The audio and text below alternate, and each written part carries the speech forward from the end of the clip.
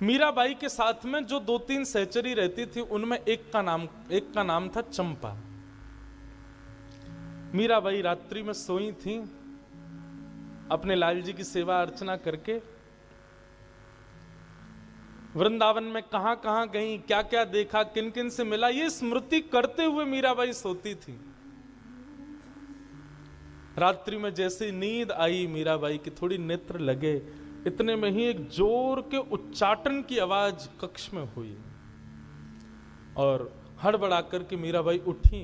उठ करके जैसे ही उन्होंने बगल में देखा तो जो 3 दासियां साथ में थी, उनमें चंपा नाम की एक दासी, उसने बिल्कुल राजकुमारियों जैसा अपना श्रृंगार किया हुआ है, कानों में सुंदर कुंडल धारण किए हैं, गले में हीरों की माला पहनी हुई है। मतलब जैसे एक विवाहिता नारी अपना श्रृंगार करती है, ऐसा श्रृंगार करके वो सामने खड़ी है। मीराबाई तो उसके रूप को देखने लगी और वो मीराबाई को देख के मंद मंद मुस्कुरा रही है, मानो जैसे चंद्रमा की तरह उसमें से किरण प्रकट हो रही है, ऐसा मीराबाई को अनुभव हुआ। मीराबाई बोली, चंपा ये क्या हुआ, तू इतनी सजधज के क्यों खड़ी है, ये तेरे पास इतना श्रृंगार आया कहां से? चंपा धीरे धीरे मीराबाई के पास आई और अधरों पर अपनी उंगली रख के मानो उनको शांत किया और उच्चारण करती है, माधवी चल मेरे साथ। ये मुझे माधवी क्यों कह रही है? चंपा तुझे क्या हुआ, तू मुझे माधवी क्यों बोल रही है? चंपा ने फिर उंगली रखी, बोले मतलब शांत रहो, चलो मेरे साथ। और मीराबाई का हाथ पकड़ करके चंपा आगे आगे चल रही है। सेवा कुंज में रहती थी मीराबाई, हमारा पुराना घर सेवा कुंज में ही है। जिस भवन में मीराबाई रहती थी, उस कक्ष के जैसे ही बाहर मीराबाई आई चंपा के साथ, अर्धरात्रि का समय, तो वृंदावन जैसा वो देखती थी वैसा दिख नहीं रहा था, और जैसा उनकी अनुभूति में आता था वैसा भी नहीं था, कुछ अलग ही था। जैसे वायु स्पर्श करती है, वैसे मीराबाई के कान में मानो कृष्ण, माधव, गोपाल, मधुसूदन, हरि, ये सारे नाम स्पर्श कर रहे थे। अनंत गोपियां कृष्ण की चर्चा करती हुई यहां से वहां घूम रही थी, हाथ पकड़ करके चंपा आगे आगे चल रही थी। तभी एक नव कुंज के अंदर मीराबाई को अपने हाथ से लेकर के चंपा जैसे ही पहुंची, उस कुंज में 2 अत्यंत सुंदरी गोपियां वो चंपा के पास गईं और जाकर के बोली, अरे उसका कोई पूर्व नाम था, उस नाम से उच्चारण करके कहा, आ गई तू, बड़े दिन में आई है, और अरे ये तो माधवी है ना हमारी।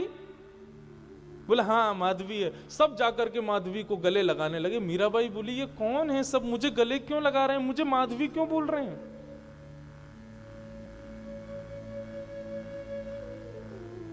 तभी एक सहचरी भीतर से आई, कोई और नहीं, ललिता जी हैं, और आकर के मीराबाई के सिर पर जैसे ही हाथ फेरा, मीराबाई के नेत्र बंद हो गए और संपूर्ण स्मृति उनको प्रकट होने लगी अपने पूर्व जन्म की।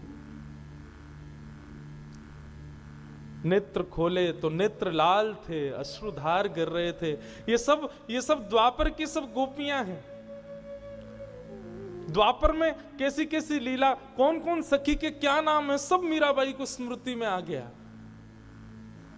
और अपना पूर्व संबंध उनके हृदय में दृढ़ हो गया। तभी एक सखी आई और मीराबाई को लेकर के एक अद्भुत कुंज के भीतर गई। जैसे ही उस कुंज में प्रवेश किया, सामने तुलसी के सिंहासन पर नील वर्ण श्याम सुंदर और गौर वर्ण श्री जी विराज रहे हैं। दर्शन करते ही मीराबाई का रोम रोम कंपित होने लगा। आहा, माधवी आई है, माधवी आई है, ये स्वर उच्चारित होने लगे सब जगह से, हमारी माधवी आई है। श्याम सुंदर सन्निकट गए, जाकर के माधवी के थोड़ी पर हाथ रखा, नेत्रों के अश्रु पोंछती है। बोले क्यों रोती है तू? देख तू जहां ते गई वहीं को लौट के आई गई, जही तेरो परिवार है, जही तेरो सर्वस्व है, तू काई को रोयो करे मुंह से, कहां दूर चले गए, कहां। देख आज सब तो से मिलवे के काज यहाँ खड़े हैं, अब चल रोनो धोनो बंद कर। मैंने तू को बहुत कष्ट दियो, मैं जानू मेरी वजह से तू तेरे जीवन में कितने सारे कष्ट आए, लेकिन माधवी ये सब बहुत जरूरी है। तो को पता है अब तेरे भक्ति भाव से ना जाने कितने लोग या भवसागर में या प्रेम की नैया में बैठ कर के भवपार रह जाएंगे। तो को कोई कारण से भेजो गयो, अब तू चिंता मत करे, बस अब तेरे अब तू ज्यादा दिन नहीं रहेगी, अब तू हमारे संग ही रह करेगी। चरण पकड़ लिए, बोले ज्यादा दिन नहीं रहेगी मतलब क्या अभी भी मुझे रहना है? ठाकुर जी बोले माधवी कुछ दिन और तुझे अभी विराजना होगा, अभी कई लोगों का कल्याण तुझे करना है। माधवी बोली मैं थक गई हूं नाथ, ये रो रो करके गंगा यमुना बहा करके मेरी स्थिति आप देखिए ना, श्री जी की ओर देखें, हे करुणामय श्री जी आप कृपा करो ना, ये तो बड़े हटीले हैं, बड़े ये इनके अंदर दया नहीं है, आप तो दयामयी है ना, आप कृपा करो, समझाओ ना इनको। मीराबाई चरणों में सर रख करके रुदन करने लगी।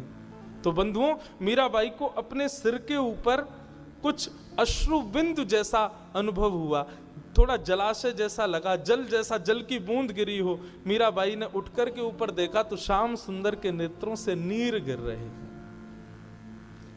जैसे ही देखा मेरे ठाकुर जी रुदन कर रहे हैं।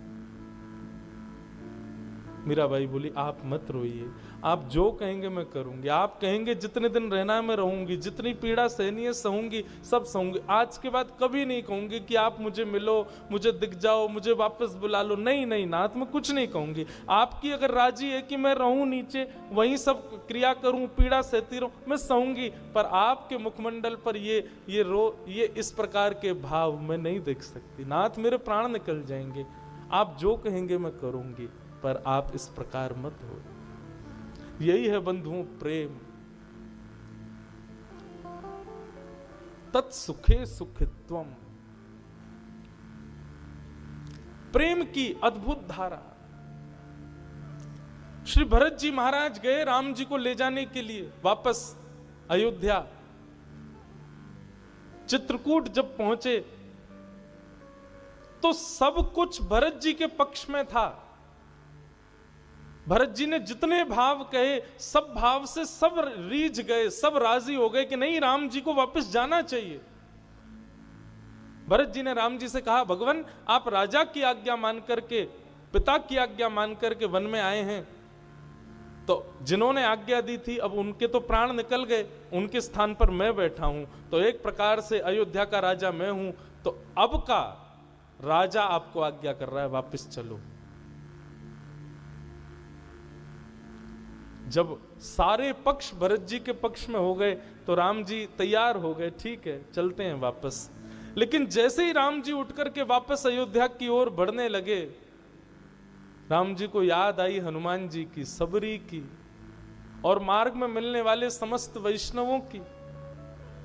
ठाकुर जी बोले रावण को मारना मेरा उद्देश्य नहीं है, जितनी देर में लक्ष्मण अपनी पलक झपकता है यदि मैं सोच भर लूं तो रावण के प्राण निकल जाएं। लक्ष्य तो हमारा वैष्णवों से मिलना, संतों पर कृपा करना, चित्रकूट के लोगों पर कृपा करना, ये उद्देश्य है। अब वो पूर्ण नहीं हो पाएगा। और भरत जी की बात मान करके जैसे ही राम जी चलने लगे तो राम जी के चेहरे पर एक शुष्कता आ गई। वो शुष्कता जब भरत जी ने देखी तुरंत चरण पकड़ लिए, बोले भगवान रुक जाइए, मेरी प्रसन्नता के लिए मेरे नाथ को यदि कष्ट हो रहा है तो मुझे वो प्रसन्नता नहीं चाहिए। मैं आपको अयोध्या ले जाऊं लेकिन उसमें आपको कष्ट हो तो मैं काय बात का सेवक हूं। आप विराजिए वन में, पर 14 वर्ष पूर्ण होने के एक अधिक दिन भी ज्यादा हुआ तो प्राण त्याग दूंगा। इसलिए हमारी मानस जी में भरत जी के प्रेम को वृंदावन की गोपियों के प्रेम के समान बताया गया, क्योंकि गोपियों का प्रेम, भरत जी का प्रेम तत्सुखे सुखित्वम, जिसमें हमारा प्रियतम प्रसन्न है उसमें हम प्रसन्न हैं। कोई जिद नहीं है, कोई अभिलाषा नहीं है। मीराबाई का यही प्रेम है। नाथ में रहूंगी, आप आज्ञा कर दे मैं रहूंगी। इतने में ही श्री जी आ गए और श्री जी ने आकर के मीराबाई के सिर पर हाथ फेरा और कहा, अब तुम जब तक वृंदावन में रहोगी तब तक तुम जब चाहो तब स्मरण कर लेना, ललिता आकर के तुमको कुंज में ले आया करेगी, यहां आकर के दर्शन किया करना। मीराबाई इस प्रकार आ गई वापस, परंतु रात्रि के कुंज का दर्शन उनके चित्त में अभी भी चल रहा था। लेकिन एक घटना और घटी, चंपा वापस नहीं गई मीराबाई के साथ, वो ठाकुर जी के संग ही रह गई। मीराबाई बोले उस पर कृपा कर दी, मुझ पर नहीं। बोले तुम्हारा जाना जरूरी है, तुमको अभी रहना पड़ेगा, तुमसे भक्ति का प्रकाश होगा। मीराबाई आकर के 3 दिन तक अचेत अवस्था में पड़ी रही। तब एक संत पधारे और संत ने आकर के मीराबाई के सिर पर हाथ फेरा। संत को देख करके मीराबाई को मानो ऊर्जा जैसी आ गई हो। मीराबाई की अब ऊर्जा, मीराबाई का जिस प्रकार हम अन्न पाते हैं तब ऊर्जा आती, मीराबाई की अब ऊर्जा सत्संग और संत सेवा ही है। संत आए, संत ने आकर के मीराबाई से कहा, दुखी मत हो, आपसे ना जाने कितने लोगों की लौ जुड़ी है, मीरा कुछ सेवा करो ना ठाकुर जी की। अपने गिरधर गोपाल को देखते हुए मीराबाई ने हाथ में एक तारा लिया और एक तारा हाथ में लेकर के मीराबाई गाने लगी।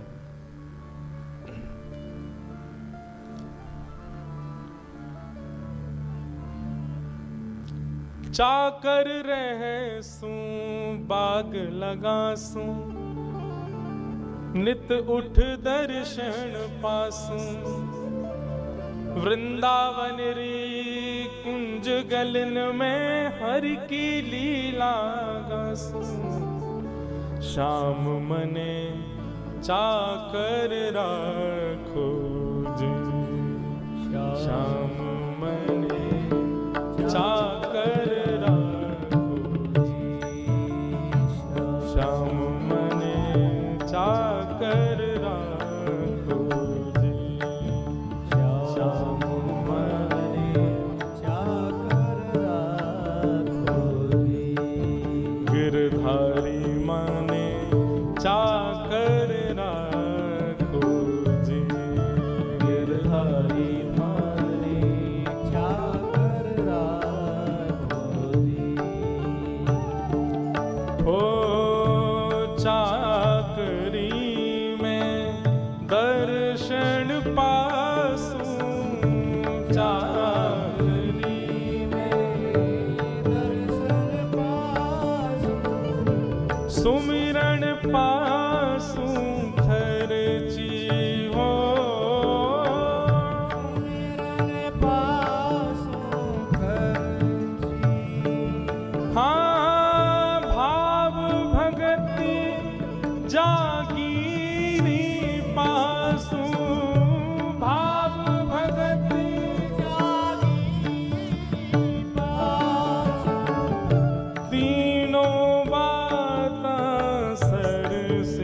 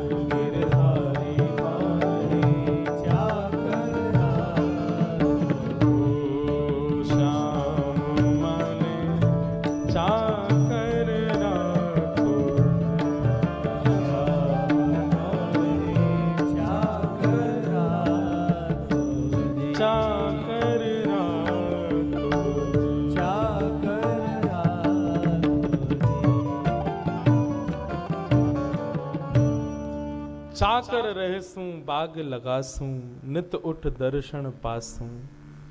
वृंदावन री कुंज गलिन में हरि की लीला गासूं, श्याम मने चाकर आखो जो।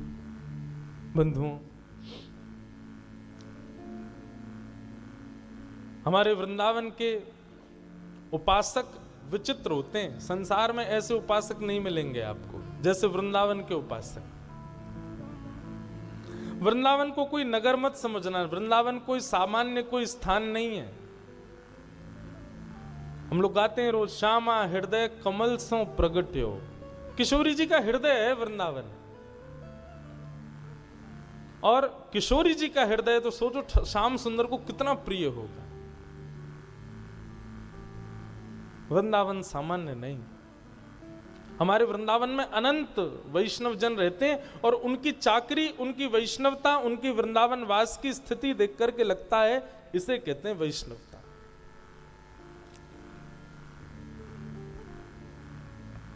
मीराबाई वृंदावन में रहती हैं, संतों के पास जाती हैं, दर्शन करती हैं और रात्रि में लीला का दर्शन करती हैं। लीलाओं में प्रवेश करके वहां का अनुभव करती हैं श्याम सुंदर का। ऐसा मीराबाई का भाव।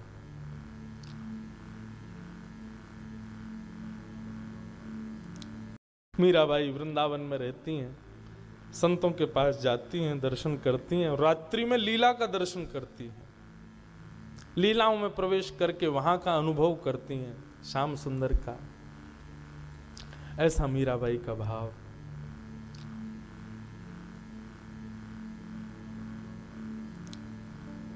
एक दिन मीराबाई रात्रि को जब कुंज में माधवी के रूप में पहुंची,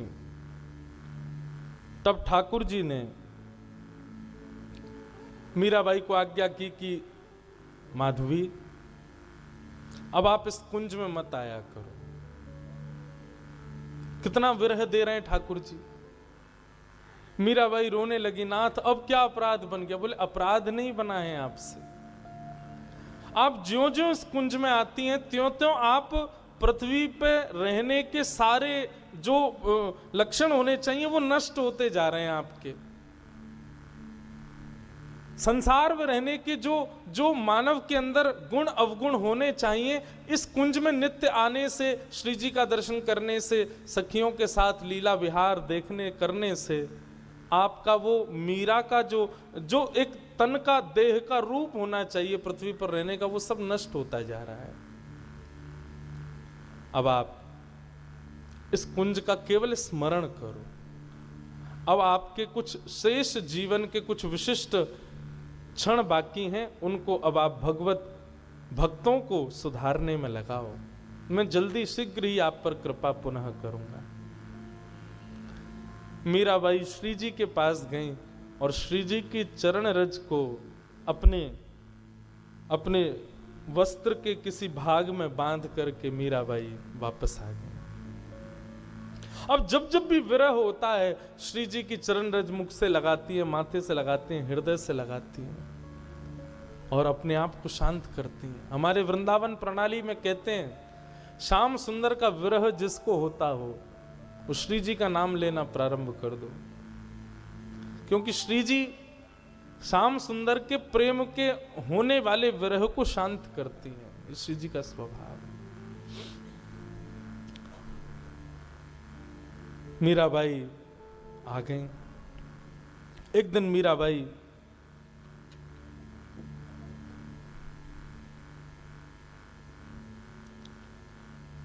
गोवर्धन की परिक्रमा लगाते हुए श्याम कुंड, कृष्ण कुंड, राधा कुंड आदि दर्शन कर रही थीं। तभी वहां चंपा सखी का दर्शन हुआ। मीराबाई बोली, तुम तो अंतर्ध्यान हो गई, अब मिली हो। ऐसी ऐसी अनुभूतियां होने लगी मीराबाई को जो सामान्य नहीं थी। तब चंपा ने कहा कि ठाकुर जी ने आपके लिए एक संदेश भेजा है मीराबाई। मीराबाई बोली, अब क्या आज्ञा है? बोले, आज्ञा यह है कि अब आप वृंदावन से द्वारिका प्रस्थान कर जाओ। मीराबाई रोने लगी, बोले मैं प्राण त्याग दूंगी अभी राधा कुंड में कूद करके। मुझे कुंज में आने से मना कर दिया, मिलने से मना कर दिया, अब कह रहे वृंदावन छोड़ के चली जाओ। क्यों? द्वारिका क्यों जाऊं? कम से कम वृंदावन में रहूंगी, उससे मेरी चेतना तो बनी रहेगी ना। तब चंपा ने कहा, बोले पूरी बात तो सुनो माधवी, ठाकुर जी कह रहे हैं, बोले भैया वृंदावन में भक्त रहते हैं और द्वारिका में मेरी पत्नियां रहती हैं, तो मीरा का स्थान तो वहां है जहां पत्नियां रहनी चाहिए। इसलिए मीरा को कहो कि अब अपने ससुराल जाए। अपने वास्तविक से ससुराल तो आज तक गई नहीं, वो उसका ब्याह हुआ हमसे, कम से कम अपने वास्तविक ससुराल में एक बार तो चरण घुमा के आवे, एक बार तो देख के आवे कैसा उसका ससुराल। ये भाव सुनते ही मीराबाई नाचने लगी, बोले अच्छा ये भाव है तो मैं जरूर जाऊंगी। मीराबाई प्रसन्न हो गई। प्रसन्न भी होती हैं, लेकिन कभी कभी वृंदावन का विरह भी व्याप्त हो जाता है। एक दिन मीराबाई ने अब विचार किया, कुछ दिनों में मैं द्वारिका प्रस्थान करूंगी। एक दिन बंधुओं, मीराबाई की ख्याति तो बहुत बढ़ी गई थी, लोग बाग दर्शन करने आते थे। एक बार दो महापुरुष उनका दर्शन करने आए, सामान्य से दिख रहे थे। मीराबाई के सन्मुख आए, आकर के बैठे, बोले हमने बहुत सुना है आपका स्वर बहुत मधुर है, आप ठाकुर जी की बड़ी मधुर सेवा करती हैं, राणा जी ने आपको विष का प्याला दिया, आदि आदि ये सब कीर्तिमान बाप गाने लगे। तो मीराबाई बोली, मेरे पास आके मेरी कीर्ति मत गाइए, मेरे लाल जी की कीर्ति गाओ, वो मुझे प्रिय लगती है।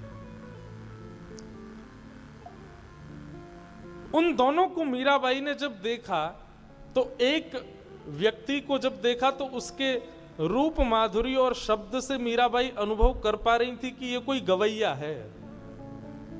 और मीराबाई ने जब उसके अंगों की ओर टटोला तो देखा कि उसके हाथ में कोई वाद्य बजाने वाला एक यंत्र उसके हाथ में लगा हुआ है। जैसे आप कभी देखेंगे जो सितार वादन करते हैं, उनके हाथ में एक सितार बजाने वाला एक साधन होता है, वो उसको जब सितार नहीं बजाते तो अंगूठी बना के पहन लेते हैं। तो वैसा ही एक यंत्र उन्होंने देखा।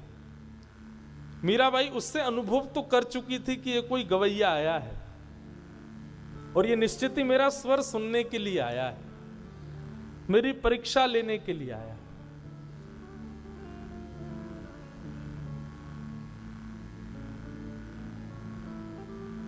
देश मीराबाई बैठी थी, उसने निवेदन किया कि आप कुछ फरमाइए ना, ठाकुर जी के सामने कुछ सुनाइए। मीराबाई का बंधुओं चरित्र पूरा पदों से ही भरा हुआ है। इतने पद हैं कि ना चाहते हुए भी, मैं तो बहुत कम गाता हूं, लेकिन मीराबाई के तो हर भाव में एक पद विद्यमान है। मीराबाई से जब कहा कि आप कुछ सुनाइए, मीराबाई ने बहुत सुंदर एक पद गाया। बंधुओं, ये जो दो युवक आए थे, ये कौन थे पता है? एक तो था बादशाह अकबर और दूसरा था तानसेन। ये दोनों छद्म वेश धारण करके आए थे मीराबाई को सुनने के लिए। बादशाह अकबर आगरा में कोई नया किला बनवा रहा था, तभी किसी ने आकर के कहा, बोले आप वृंदावन जाओ, वहां पे मीराबाई आई हुई हैं। और बादशाह का एक नियम था कि ये जो था ना अकबर, इसका बंधुओं, इसके कभी कभी मुझे ऐसा लगता है इस पर वैष्णवों की बड़ी कृपा है, इसने कितने संतों के दर्शन किए। एक बार तानसेन कुछ गा रहा था तो अकबर बोला, तुमसे अच्छा दुनिया में कोई गाने वाला होगा नहीं, मुझे ऐसा लगता है। तो तानसेन ने एक नदी थी, पोखरा था, जो भी था, उसमें उंगली डुबोई और बाहर निकाल करके एक बिंदु जैसी टपकी नीचे, तो बोले महाराज मेरा गाना तो इस बिंदु के समान है, मेरे गुरुदेव का गायन तो इस सरोवर के समान है। अकबर बोला, देखो ये बड़ी बड़ी बातें मत करो, मुझे गाना नहीं आता लेकिन सुनना बहुत अच्छा आता है, और मैं ये कह सकता हूं कि तुमसे अच्छा गायक दुनिया में कोई नहीं है। ये तो तुम अपने गुरु की प्रशंसा कर रहे हो जबरदस्ती। तानसेन बोला, नहीं महाराज, आप मेरे गुरु को सुनेंगे तो कुछ कह ही नहीं पाएंगे। कौन है तुम्हारे गुरु?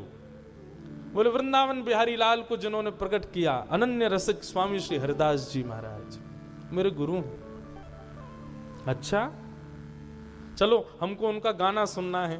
तानसेन बोला कृपा करो महाराज, वो गाना नहीं गाते हैं, वो ठाकुर जी के कीर्तन गाते हैं। तो बोले तो हम सुनना चाहते हैं। बोले महाराज वो आपको सुनाने के लिए कभी नहीं गाएंगे, वो तो ठाकुर जी को ही सुनाते हैं। अकबर पीछे पड़ गया, कैसे भी करके मुझे सुनाओ। तानसेन बोला एक उपाय है। बोले क्या?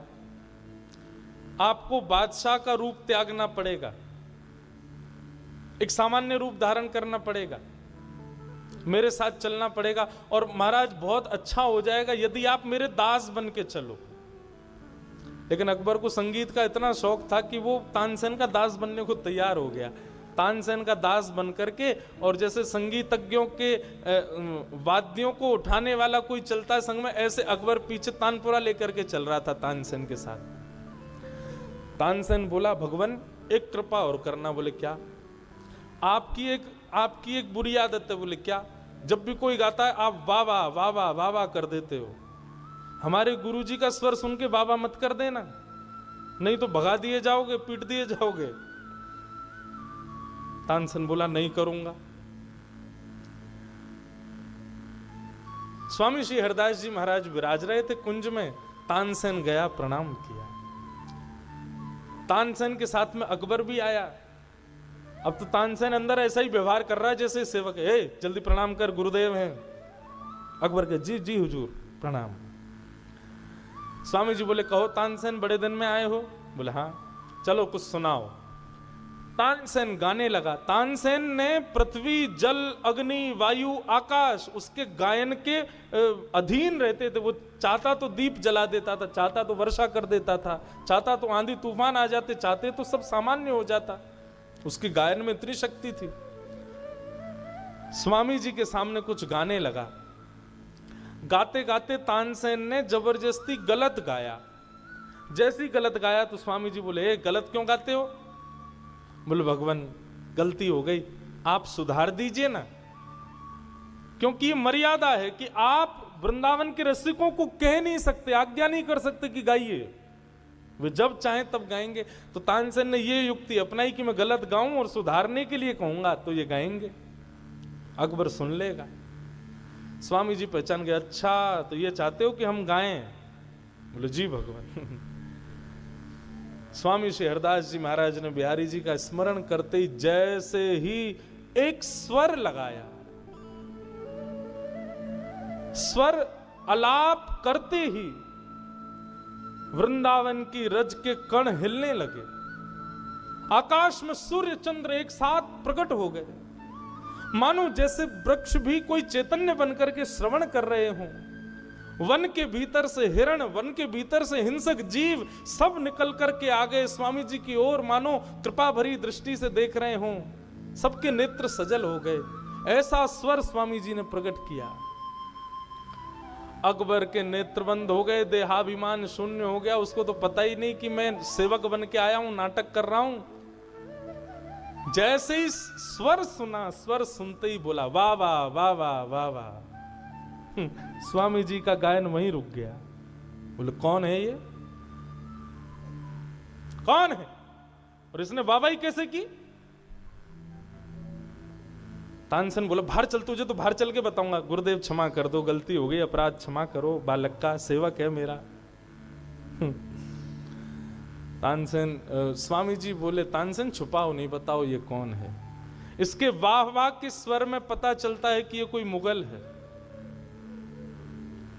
तब रूप में प्रकट हुआ महाराज शहंशाह हिंदुस्तान बादशाह अकबर आए हैं।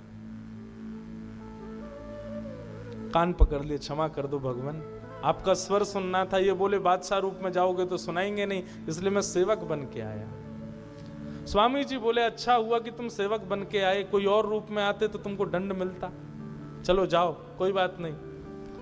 बादशाह बोला अब आपको पता ही चल गया कि मैं बादशाह हिंदुस्तान हूं। भगवान आपका मैंने स्वर सुना है, कुछ दक्षिणा देना चाहता हूं, बताइए क्या दे दूं? स्वामी जी बोले हमको कुछ नहीं चाहिए, बस तुम चले जाओ, यही हमारी दक्षिणा है। बादशाह बोला ऐसे तो नहीं जाऊंगा, आप भारत के सम्राट के सामने खड़े हैं महाराज, बताइए क्या चाहिए? स्वामी जी बोले यमुना जी का केसी घाट है, उसकी एक सिड्डी टूट गई है, बनवा दो, जाओ। अकबर की आधी संपत्ति लग गई लेकिन वो सिद्धि नहीं बन पाई। अकबर दौड़ा दौड़ा आया, बोले भगवान मेरे बस का नहीं है। तो बोले मैंने मना किया था ना कि कोई दक्षिणा नहीं चाहिए, तुमको जबरदस्ती लगा। तो ये कथा मैंने क्यों सुनाई, अकबर भले ही मुगल था लेकिन अकबर को आप देखेंगे उस पर संतों की बड़ी कृपा, संतों का खूब दर्शन किया। आज अकबर को जब पता चला कि भक्तिमती मीराबाई आई हैं तो अकबर रूप बदल करके तानसेन के साथ उनका स्वर सुनने आया।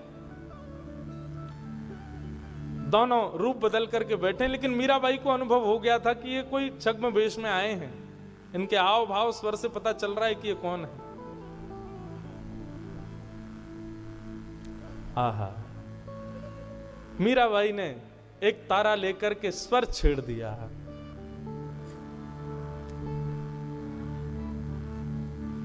गोकुल रो ब्रजवासी मारो, गोकुल रो ब्रजवासी, गोकुल रो ब्रजवासी मारो, गोकुल रो ब्रजवासी मारो।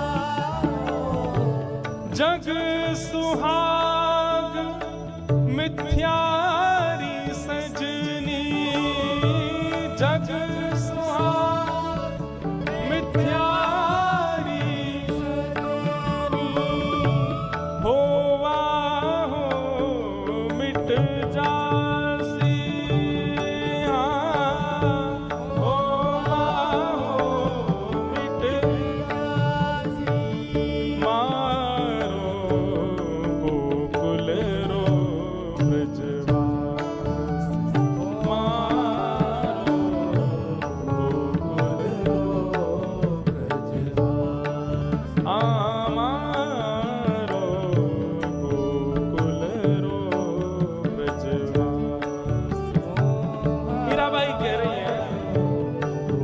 क्या कह रही हैं? जग सुहाग मिथ्यारी सजनी। जग में कहते हैं ये हमारे, ये हमारे, ये हमारे, ये सब मिथ्या हैं, हमारे तो केवल ब्रजवासी हैं। और वो भी कहाँ के? गोकुल के, वृंदावन के ब्रजवासी हमारे हैं, बस वही हमारे, और कोई हमारा नहीं है।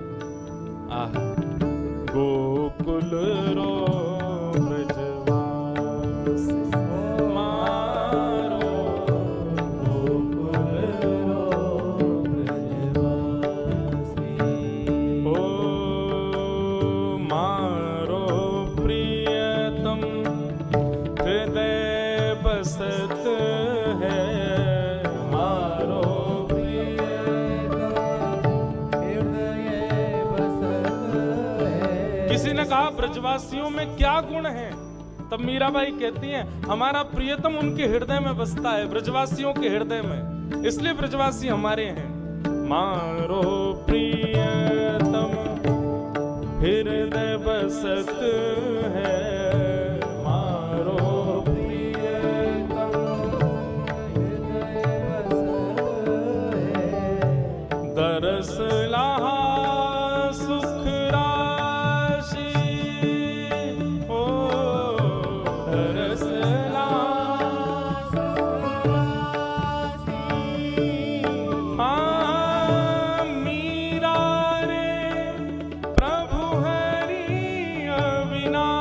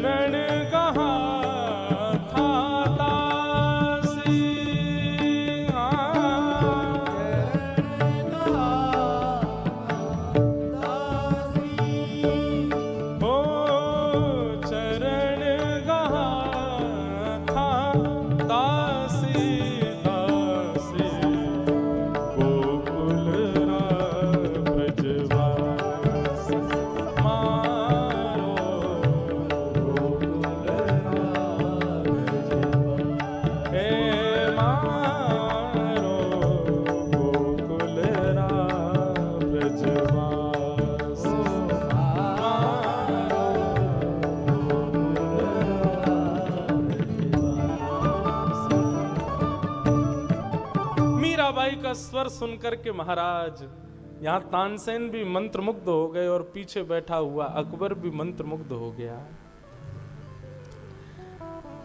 अकबर ने अपने जेब से एक सुंदर आभूषण निकाल करके मीराबाई के सामने रखा। मीराबाई के स्वर निकल पड़ा, झांपना मुझे नहीं, इनको अर्पित कीजिए। झांपना शब्द सुनते ही वो तो पानी पानी हो गया। बोले आपने झांपना क्यों कहा? बोले क्या आप बादशाह अकबर नहीं है? अकबर तो नतमस्तक हो गया, जय हो, क्षमा करें। और निश्चित ही आपके साथ में आए हुए राग रागनियों के मूर्धन्य विद्वान ये तानसेन है। तानसेन भी नतमस्तक हो गया। ऐसी मीराबाई। अकबर दर्शन करके आनंदित हो गया। अकबर और तानसेन के ऊपर मीराबाई ने कृपा की, उनको अपना स्वर सुनाया और अब मीराबाई की घड़ी आई द्वारिका प्रस्थान की। मीराबाई द्वारिका को प्रस्थान करने लगी। अनंत संत वैष्णव जनों की टोली मीराबाई के साथ वृंदावन से द्वारिका को प्रस्थान करने लगी। थारे कारण मीराबाई कह रही हैं 4 महीने लगे मीराबाई को वृंदावन से द्वारिका पहुंचने। मानो चातुर्मास से शुरू हुआ था जिस दिन मीराबाई वृंदावन से निकली और चातुर्मास पूर्ण हुआ तब द्वारिका पहुंची। थारे कारण बन बन डोला, लिया जोगणारा भेष, बीत्या चौमासा मास बिताया, पंढरी मारा के।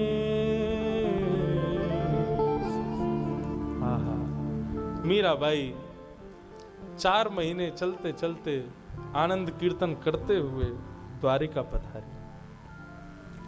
द्वारिका में आकर के मीराबाई जहां भी जाती है वहां उनको श्याम सुंदरी दिखते हैं। जैसे ही द्वारिका में प्रवेश किया मीराबाई को रुक्मणी जी दिखने लगी। मीराबाई जी को साथ में जामवती, सत्यभामा, ये सब भगवान की पटरानियां मीराबाई का स्वागत कर रही हैं। ऐसा मीराबाई को प्रतीति होने लगी। मीराबाई ने जैसे ही द्वारिका में प्रवेश किया, द्वारिका के मुख्य द्वार पर मीराबाई की सासू मां, कौन? देवकी और वसुदेव दोनों खड़े, और दोनों ने खड़े होकर के जैसे एक नव बहू का स्वागत होता है वैसे ही स्वागत किया। मीराबाई को सब अनुभव हो रहा है। कैसी मनस्थिति मीराबाई की। सब जगह दर्शन करती हुई, सब लोगों से, ठाकुर जी के प्रियजन परिजन सबसे मिलती हुई मीराबाई द्वारिकाधीश का दर्शन करने गई। जैसे ही मंदिर में प्रवेश किया, मंदिर में प्रवेश करते मीराबाई ने सामने देखा, मारो मन हर लीनो रण छोड़। आहा, जैसे ही द्वारिकाधीश का दर्शन किया मीराबाई गाने लगी, मारो मन हर लीनो रण छोड़। मोर मुकुट सिर छत्र विराजे, कुंडल री छवि और, चरण पखारे रत्ना नाकर, री धारा गोमत जोर। ध्वजा पताका तत तट राजे, झालर री झकझोर। भकत जनारा काज सवारिया मारा, प्रभु रण छोड़। मीरा रे प्रभु गिरधर नागर, कर गयो नंद किशोर। मीराबाई गाने लगी। पूरा द्वारिका झूम गया मीराबाई के आते। मीराबाई द्वारिका में रहने लगी। द्वारिका में भी संत जनों के पास जाकर के मीराबाई खूब सुख से विराजती। कई वैष्णव जन आते, अपने हृदय के प्रश्न संशय लेके आते, पर मीराबाई को देख के सबके संशय अपने आप समाधान हो जाते। इस प्रकार मीराबाई सब जगह सत्संग की प्रवाह से सबको आनंदित करने लगी। एक दिन मीराबाई को बहुत विरह वेदना हुई। इतनी विरह वेदना हुई कि एक द्वार पर एक जोगी आया। अलख निरंजन सेवकों ने देखा कि आइए भगवान पधारिए। बोले हम मीरा का दर्शन करने आए हैं। बोले हमारी बाई साहब तो अचेत पड़ी हैं, अस्वस्थ हैं। बोले ले चलो मुझे उनके पास। जैसे ही उनके पास लेकर के गए बंधुओं, श्याम वर्ण था, एक साधु के वेश में आए थे। आकर के मीराबाई के सिर पर जैसे ही हस्तकमल पधराया, हस्तकमल पधराते धीरे धीरे मीराबाई को चेतना आने लगी। आकर के जैसे ही देखा, साधु को देख करके कहने लगी आप कौन? जोर से साधु हंसा। हंसी सुनते ही मीराबाई बोली ये हंसी तो मैंने कहीं सुनी है, ये हंसी तो मेरे कानों में गूंजती रहती है। श्याम सुंदर। जैसे ही श्याम सुंदर कहा, बोले अरे हम श्याम सुंदर नहीं है, आपकी तो दृष्टि ऐसी हो गई है, जिसको देखती है श्याम सुंदर ही दिखते हैं आपको। हम श्याम सुंदर नहीं है, हम तो साधारण संत हैं। नहीं नहीं, आप श्याम सुंदर हो, आप निश्चित श्याम सुंदर। अरे हमारा वर्ण देख के आपको लग रहा होगा हम श्याम सुंदर नहीं है। मीराबाई की दृष्टि अब ऐसी होने लगी, वो जिसको देखती है उसमें श्याम सुंदर का एक गुण भी होता है। कोई रूप से भले ही सांवला ना हो, लेकिन नेत्र थोड़े से कटाक्ष हो, श्याम सुंदर। किसी की चाल थोड़ी सी बाकी हो तो ये श्याम सुंदर, घुंघराले केश हो तो वो भी श्याम सुंदर, श्याम वर्ण का कोई दिख जाए तो ये भी श्याम सुंदर। सब जगह जैसे जैसे भक्ति के रूप प्रकार श्रीमद् भागवत में बताए गए बंधुओं, एक एक करके समस्त प्रकार मीराबाई में प्रकट हो गए।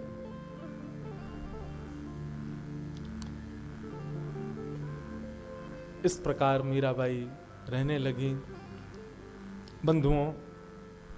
अब मीराबाई तो द्वारिका आ चुकी थी, परंतु मेवाड़ की स्थिति बहुत बिगड़ गई। जिस दिन मीराबाई मेवाड़ से गई, उस दिन से ही मेवाड़ में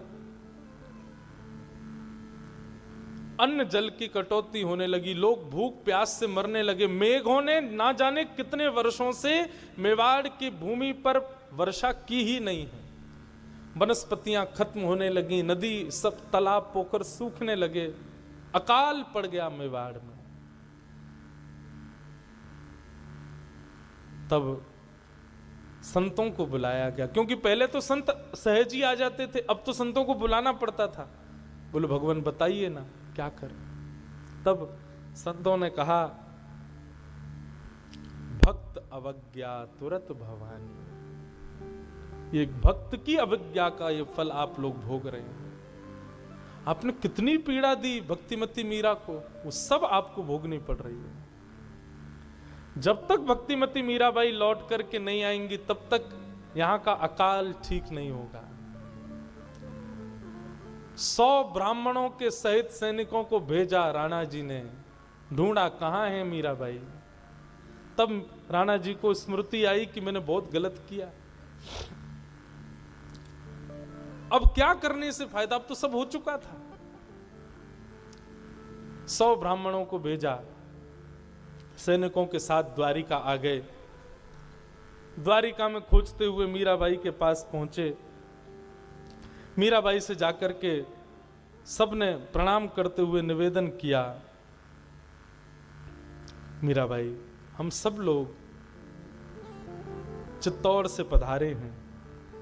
आप जब से मेवाड़ छोड़ करके गई हैं, तब से मेवाड़ में वर्षा भी नहीं हुई है। मेवाड़ की स्थिति बहुत खराब है। हमारे यहाँ के कुछ संतों ने आकर के बताया, जब तक आप लौट करके नहीं जाओगी, तब तक मेवाड़ की स्थिति सुधरेगी नहीं। हमारी आपसे प्रार्थना है भगवान, आप वापस चलो। मीराबाई बोली मैं जग जंजाल से बचकर के यहां आई हूं, मुझे पुनः जग जंजाल में मत लेके चलो।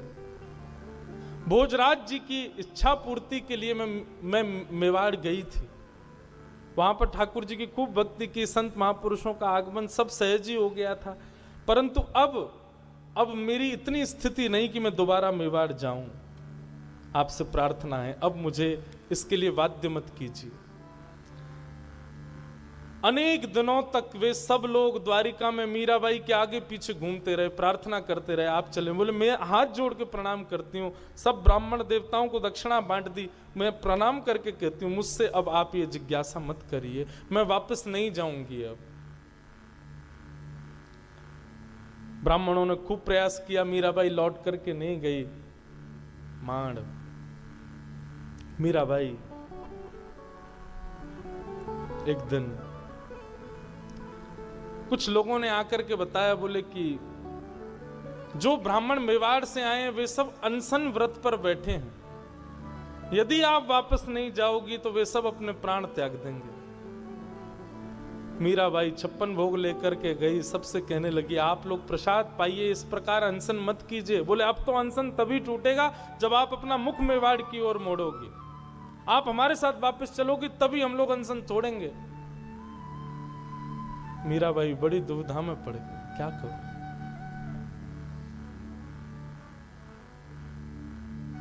मीराबाई बोली अच्छा मैं द्वारिकाधीश से आज्ञा ले लूं, वे यदि आज्ञा दे देंगे तो मैं चल दूंगा। ठीक है, कब? बोले कल सवेरे राजभोग का दर्शन करने में आऊंगी और उस समय द्वारिकाधीश से आज्ञा लूंगी। बोले हमको कैसे पता चलेगा आज्ञा दी? बोले मैं पद गाऊंगी, पद गाते ही कुछ ना कुछ होगा और मानो द्वारिकाधीश आज्ञा दे देंगे तो मैं निश्चित चलूंगी, मुझे कोई आपत्ति नहीं। मीराबाई अगले दिन पधारी, भीड़ लगी है द्वारिकाधीश के मंदिर में, पुरोहित खड़े हैं, पंडा खड़े हैं, पुजारी खड़े हैं और यहां मेवाड़ से आए सैकड़ों ब्राह्मण खड़े हैं और सबके बीच मीराबाई पधारी। मीराबाई जैसे ही भीतर जाने लगी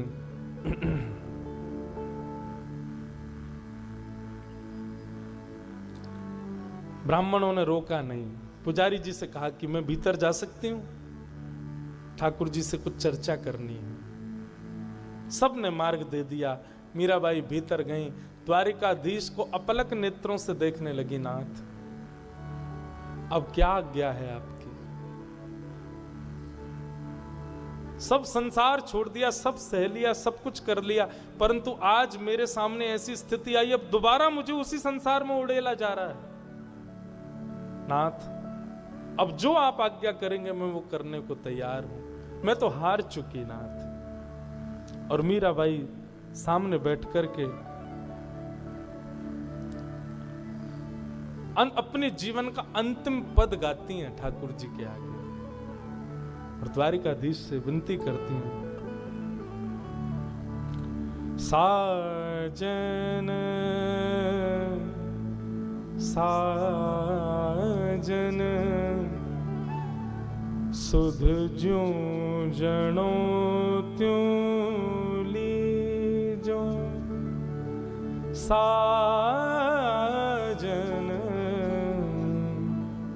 सुध ज्यों जनो त्यों लीजो,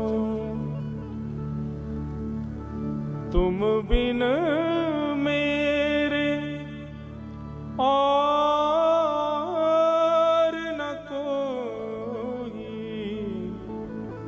तुम बिन मेरे और न कोई, कृपा राबरी कीजो, ओ कृपा राबरी कीजो, सुध ज्यों जनो त्यों लीजो, साजन सुध ज्यों जनो त्यों लीजो। दिवस न भूख रैन नहीं निद्रा, यूं तन पल पल छीजे, दिन में मुझे भूख नहीं लगती, रात में मुझे नींद नहीं आती, ऐसी मेरी तन की स्थिति हो चुकी है नाथ, अब आप ही मेरे हो। दिवस न भूख रैन नहीं निद्रा, यूं तन पल पल छीजे, मीरा रे प्रभु गिरधर नागर, हे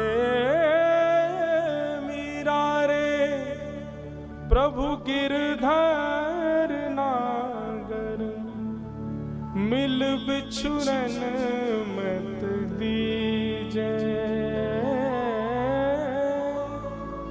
बिन मिल बिछुरन मत दीजे साजन सुध जूझणो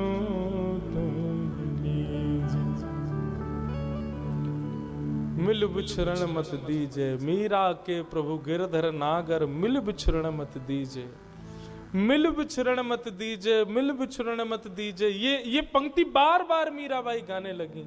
अब आप मिल गए हो, अब मुझे अपने से दूर मत करो नाथ। ज्यों ज्यों मीराबाई ये पंक्ति गाने लगी, 4 बार तो मीराबाई ने इस पंक्ति को गाया। जैसे ही 5वीं बार गाने लगी, मिल बिछरण मत दीजो, आधी पंक्ति ही हुई थी, अपने आप द्वारिकाधीश मंदिर के घंटे घड़ियाल बजने लगे, पड़े पड़े शंखों में अपने आप ध्वनि प्रकट होने लगी, अद्भुत तेज पुंज द्वारिकाधीश के रूप में प्रकट होने लगा। सब लोगों की आंखों के आगे मानो एक दैदीप्यमान सूर्य प्रकट हो गया हो। सब लोग अपने नेत्र छुपाने लगे। इतने में ही चतुर्भुज रूपधारी द्वारिकाधीश 4 भुजाओं से प्रकट हो गए और प्रकट होकर के मीराबाई को अपने हृदय से लगा करके अपने अंक में भर करके स्वयं में ही विलीन कर लिया। बोलो द्वारिकाधीश की। देखते ही देखते भक्तिमती मीराबाई का सुंदर वो यौवन, सुंदर वो स्वरूप द्वारिकाधीश में जाकर के विलीन हो गया।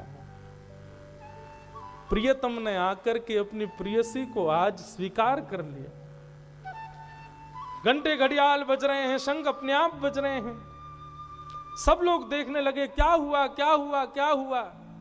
एक क्षण के लिए प्रकट हुआ वो प्रकाश, एक क्षण में ही अंतर ध्यान हो गया। स्वयं द्वारिकाधीश सामने प्रकट हो गए, द्वारिकाधीश अपने रूप में परिवर्तित हो गए। सबने देखा कहां है, एक तार पड़ा है, परंतु मीराबाई तो वहां नहीं है।